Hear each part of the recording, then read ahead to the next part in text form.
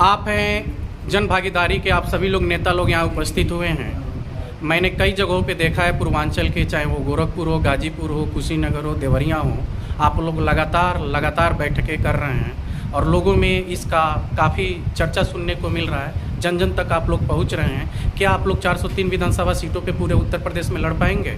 जनार्दन जी, बिल्कुल लड़ेंगे। हम लोग का मोर्चा केवल देवरिया जिला में काम नहीं कर रहा है, हम लोग पूरे उत्तर प्रदेश में हर विधानसभा में अपना प्रत्याशी उतारेंगे और किसी भी विधानसभा में खाली नहीं छोड़ेंगे। और हर विधानसभा में जो है कि महिला प्रत्याशी हमारी 50% जो है वो रहेंगी। और जिन जिन मुद्दों पे अभी तक किसी भी सरकार का ध्यान नहीं गया है, वो उसको जन भागीदारी संकल्प मोर्चा पूरा कराने का काम करेगा। गोरखपुर के मैं कई प्रमुख सेक्टरों में घुमा हूँ और मैं वहाँ देखा हूँ आपके जन मोर्चा से, जन भागीदारी संकल्प मोर्चा जिसको बोला जा रहा है, उसमें आपके लोकप्रिय सदर सीट से प्रत्याशी हैं, जिसको शहर सीट भी कह सकते हैं आप, श्री अरुण कुमार श्रीवास्तव। 95,000 से ऊपर वोट है और ग्रामीण और शहर दोनों को मिला दिया जाए तो 1,50,000 केवल श्रीवास्तव बिरादरी का वोट है।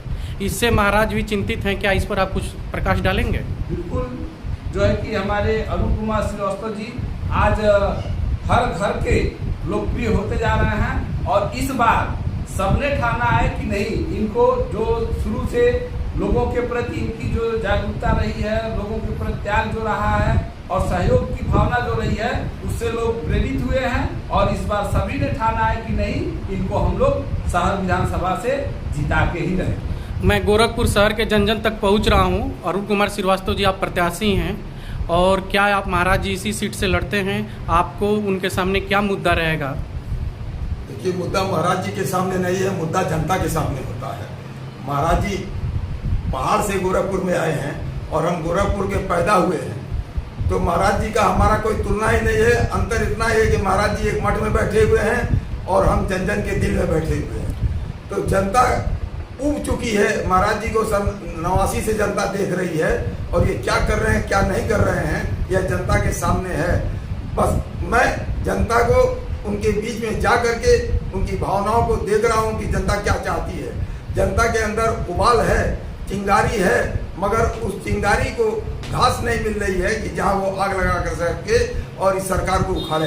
तो हमारा मेन उद्देश्य है पूरे प्रदेश में जन भागीदारी संकल्प मोर्चा भारतीय जनता पार्टी को रसातल में पहुंचाने का काम करेगा और यही एक मोर्चा है जो जनता के दिलों में राज करेगा और इस बार 27 में सरकार बनाने के लिए कृत संकल्प है। बहुत बहुत धन्यवाद। महाराज जी सूबे के मुखिया भी हैं और आप उनके सामने चुनाव लड़े हैं और आपकी पृष्ठभूमि में जन जन तक पूछा भी हूँ। पिछले 40 वर्षों से लगातार आप सेवा किए हैं। यहाँ तक कि ये भी सुनने को मिल रहा है कि आप अपने क्षेत्र की जनता के लिए आप शादी तक भी नहीं किए, हमेशा 40 वर्षों से लगातार सेवा कर रहे हैं, जबकि वो सूबे के मुखिया हैं। इस बार चुनाव में आपको बहुत सारी समस्याओं का, कठिनाइयों का, परेशानियों का सामना करना पड़ सकता है। तो महाराज जी के सामने आप जनता तक कैसे पहुंचेंगे और 2 शब्द में बताइए कि आपका मुख्य मुद्दा क्या रहेगा, जबकि सरकार विफल रही है, जो बोली है वो कर नहीं पा रही है। तो मुख्य मुद्दा तो आपने पहले ही बता दिया कि सरकार जो कही है, करनी और कथनी में अंतर है। तो मैं जो कह रहा हूं उसको करके दिखाऊंगा। महाराज जी को यहाँ की जमीनी हकीकत नहीं मालूम है और हमको जमीनी हकीकत मालूम है और यहाँ के जमीन के लोगों को भी मालूम है कि मैं क्या कर रहा हूँ, क्या नहीं कर रहा हूँ। तो दोनों में बहुत अंतर है। महाराज जी आप कर रहे हैं तो महाराज जी हैं, महाराज हैं, वो राजा हैं और हम प्रजा हैं। तो हम प्रजा हैं तो प्रजा के बीच में जाएंगे और प्रजातंत्र में प्रजा ही राजा होती है। महाराज जी को हम लोगों ने गोरखपुर से भेजा संसद में और सदन में भेजा है, उत्तर प्रदेश का मुखिया बनाया है, तो वो अपने को राजा ट्रीट कर रहे हैं। हम लोग उनके सामने जैसे कि वो सम्राट अकबर हो और हम अनारकली की तरह नाच रहे हैं। तो हमको इस चीज को बदलना है, तभी इस सरकार को उखाड़ के फेंका जा सकता है। बहुत बहुत धन्यवाद। अब हमारे साथ जुड़ चुके हैं बहुत ही वरिष्ठ नेता और राष्ट्रीय संविदा कर्मचारी के लिए हमेशा संघर्षरत हैं और साथ ही साथ इनका ये भी कहना है कि अगर किसी भी डिपार्टमेंट, किसी भी विभाग में अगर व्यक्ति 8 घंटा काम कर रहा है तो एक व्यक्ति को पूरा 70,000 80,000 सैलरी मिल रही है, जबकि दूसरे व्यक्ति को अनुकंपा पे या मानदेय पे या आउटसोर्सिंग के जरिए रखा जा रहा है 8 या 10,000 पे। इस पर आप क्या कहना चाहेंगे सर? देखिए, जन भागीदारी संकल्प मोर्चा का मुख्य मुद्दा है कि जनता की भागीदारी के लिए ये संकल्पित है मोर्चा।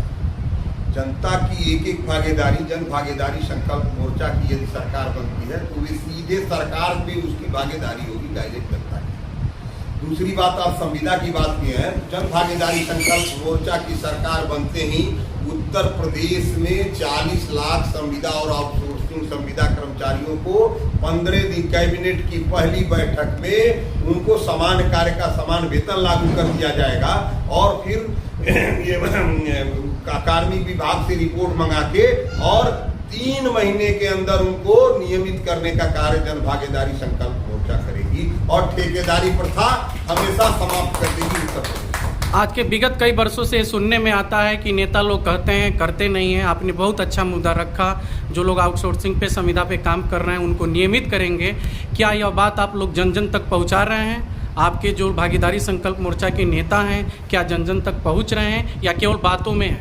नहीं, जन जन तक हमारी जन जन तक बातें पहुंच रही हैं और हमारे इस जन भागीदारी संकल्प मोर्चा में उत्तर प्रदेश के समस्त जिलों के जितने भी कर्मचारी संविदा आउटसोर्सिंग कर्मचारी के पदाधिकारी हैं वे भी अपने तन मन धन से लगे हुए हैं, बशर्ते कि वे हमारे साथ भीड़ के शक्ल में नहीं है, लेकिन जन जन तक पहुंच के जन भागीदारी संकल्प मोर्चा की सरकार बनाने के लिए प्रयासरत है। इसलिए प्रयासरत है कि आने वाले समय में जब सरकार जन भागीदारी संकल्प मोर्चा की बनेगी तो 15 दिन के अंदर अगर एक संविदा और आउटसोर्सिंग कर्मचारी 8 घंटा काम करता है उसको 10,000 रुपया मिलता है और वही सरकारी कर्मचारी काम करता है 70,000 मिलता है, तो ये दो नीति अगर जन भागीदारी संकल्प मोर्चा की सरकार बनती है तो नहीं चलेगी। सबको समान कार्य का समान वेतन दिया जाएगा। बहुत बढ़िया। आप स्वास्थ्य के लिए क्या करेंगे? स्वास्थ्य के लिए उत्तर प्रदेश के समस्त नागरिकों की स्वास्थ्य सेवाएं मुफ्त रहेंगी और अत्याधुनिक बना के जन भागीदारी संकल्प मोर्चा की सरकार बनती है तो स्वास्थ्य सेवाएं एकदम मुफ्त रहेगी, अत्याधुनिक तरीके से उनका इलाज कराया जाए। सरकार बनने के कितने दिन तक ये आप? सरकार बनने की दूसरी कैबिनेट बैठक में ये पास हो जाएगा कि या वे अमीर हो या वे गरीब हो या वे अगड़ा हो या वे पिछड़ा हो, सबकी स्वास्थ्य सेवाएं मुफ्त की जाए। हम लोग जन जन तक पहुंच रहे हैं। तीसरे विकल्प के रूप में जनता इसको कह भी रही है। क्या इसको सार्थकता के साथ जमीन पर उतारने में आपको कितना समय लगेगा, जबकि चुनाव होने में अभी 6 महीना है? सार्थकता तक उतरने में हम लोग विगत 12-13 महीने से कई जनपदों में काम कर रहे हैं, पूरब से पश्चिम तक, उत्तर से दक्षिण तक। ये सारे लोग हम लोग गांव-गांव तक जा रहे हैं, गांव-गांव तक बूथ कमेटियां बना रहे हैं, अपने प्रत्याशियों को तेजी से आगे बढ़ा रहे हैं, गांव-गांव तक, ब्लॉक स्तर तक हम मीटिंग कर रहे हैं, हम गांव-गांव तक पहुंच रहे हैं, शहर के वार्ड तक पहुंच रहे हैं। हमारा जो भी प्रत्याशी है बहुत मजबूती से जनता के बीच में खड़ा हुआ है और अपनी बातों को कह रहा है कि हम आने वाले जन भागीदारी संकल्प मोर्चा की सरकार बनाइए। जनता से कह रहा है हम स्वास्थ्य फ्री करेंगे, शिक्षा फ्री करेंगे, हम महिलाओं को और विद्यार्थियों को आने जाने की इस बसों में हम मुफ्त व्यवस्थाएं करेंगे। अरे तमाम मुद्दे हैं, जनता की सारी मुद्दे पर खरा उतराएगा जन भागीदारी संकल्प मोर्चा। बहुत बहुत धन्यवाद। अब हमारे साथ जुड़ चुके हैं विजय जुएठा जी, जो पानी के लिए हमेशा, चूँकि पानी एक अनमोल रत्न है और पानी के बिना कोई भी मानव जीव इस धरती पे नहीं रह सकता। आप काफ़ी संघर्ष किए, इसके लिए मैं आपको बहुत बहुत धन्यवाद देता हूँ। साथ ही साथ आपके अनुभव को मैं देखकर प्रश्न पूछ रहा हूँ, दिल में मत लीजिएगा।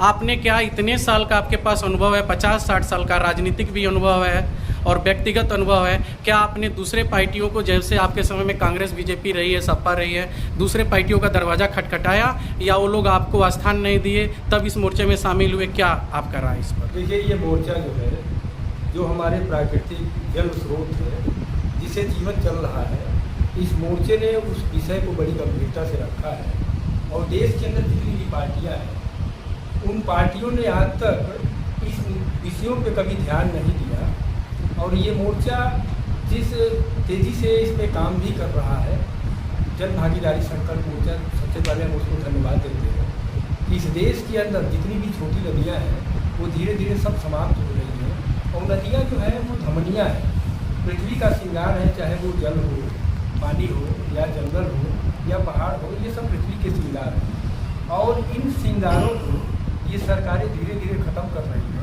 सड़क का चौड़ीकरण तो हो रहा है, पेड़ काटे जा रहे हैं, लेकिन नदियाँ जो है वो सुरक्षित नहीं है।